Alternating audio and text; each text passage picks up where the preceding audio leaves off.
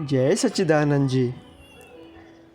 प्राणधन हृदय सम्राट श्री श्री 108 श्री सद्गुरुदेव जी महाराज श्री पंचम पातशाही जी के स्वरूप में रूहानी जानशीन हुए।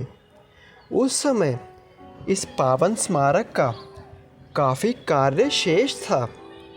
अभी इस भवन की 4 दीवारी ही बनी थी। छत एवं अन्य सब कार्य अपूर्ण थे।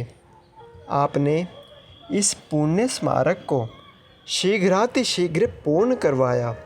इस विशाल भवन के प्रांगण तथा दीवारों को संगमरमर से पूर्ण करना तथा भव्य रूप प्रदान कर साज सज्जा से युक्त करना शेष था।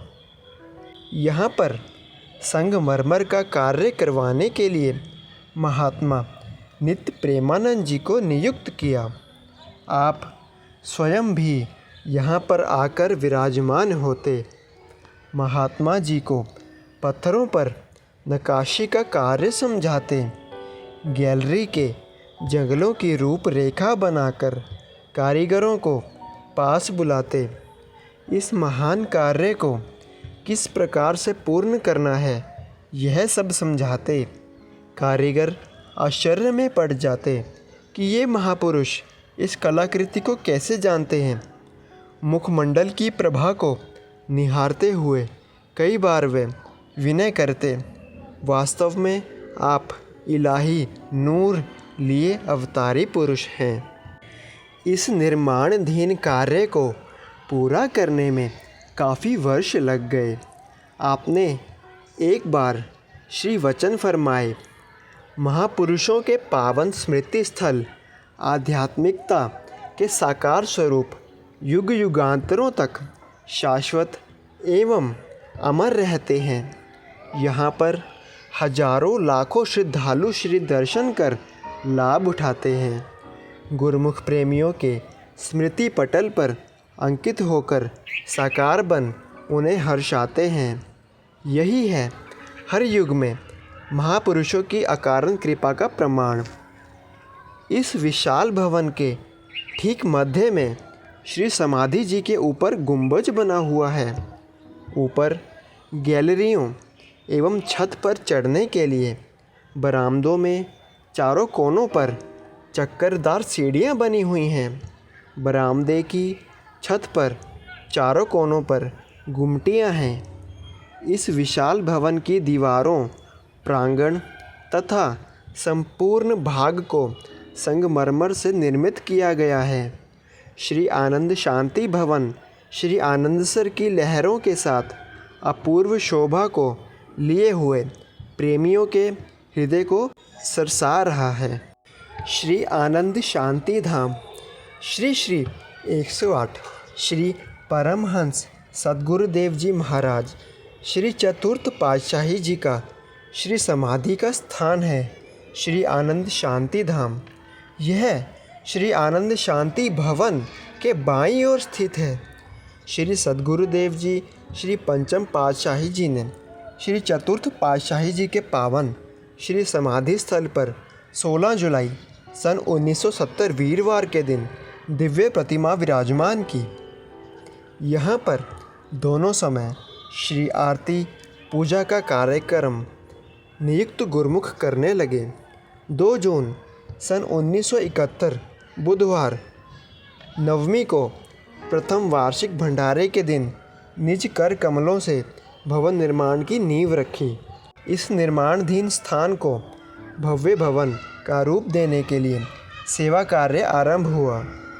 उस समय यहाँ मशीनें यानी जेसीबी, खुदाई की मशीन इत्यादि व अन्य साधन अधिक मात्रा में नहीं थे। आपने यहाँ विराजमान होकर सभी श्री आनंदपुर के स्थायी निवासी तथा बाहर से सेवा के लिए आए हुए गुरुमुखों को फरमाया, आप सब सौभाग्यशाली गुरुमुख सेवक हैं। आप सब श्री दरबार की सेवा में निरत हैं। विशेष एवं महान सेवा के दुर्लभ अवसर कभी कभी मिलते हैं, इसलिए सभी स्थायी निवासियों के लिए 1 घंटा यहाँ सेवा करना आवश्यक है। बाहर से आए हुए गुरुमुख प्रेमी जितना अधिक समय सेवा करना चाहें कर सकते हैं। स्थायी निवासी भी अपनी सेवा के अतिरिक्त जितना समय देना चाहें दे सकते हैं। अपने समय में भक्ति का अमूल्य सरमाया अधिक से अधिक संचित करने का अवसर प्राप्त हुआ है। गुरुमुख प्रेमी अपनी नियुक्त सेवा के अतिरिक्त यहाँ सेवा में भाग लेते।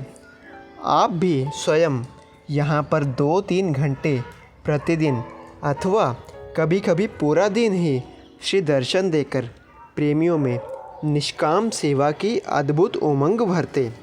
सभी प्रेमी गुरुमुख आपके श्री दर्शन व सेवा करते तो उन्हें अंतरात्मा में एक दिव्य आनंद की अनुभूति होती। एक दिन प्रेमियों ने आपके श्री चरणों में विनय की, अंतर्यामी प्रभो, यहाँ श्री आनंदपुर शांति धाम पर आत्मिक आनंद अत्यधिक होता है। सुरती तो सेवा करते हुए आपके श्री दर्शन में ऐसे तल्लीन हो जाती है मानो गगन मंडल में विचरण कर रही हो। घर में ऐसा क्यों नहीं होता? सभी प्रेमियों को जो वहाँ सेवा कर रहे थे उन्हें सामने बिठाकर आपने श्री वचन फरमाए, महापुरुष अजर अमर अजन्मा एवं शाश्वत ज्योति स्वरूप होते हैं। आत्मा अजर अमर और सत है। इस आत्मा को भी आनंद तथा सुख की अनुभूति तब ही होती है जब उसका सत से मिलाप होता है, सत का संग मिलता है, महापुरुषों की समीपता मिलती है और नाम शब्द की दीक्षा मिलती है। साकार सद्गुरु के श्री दर्शन की दिव्य किरणों एवं निराकार शब्द की डोर में जब सुरती बंधती है तो आत्मिक आनंद की लहरों में आत्मा झूमने लगती है।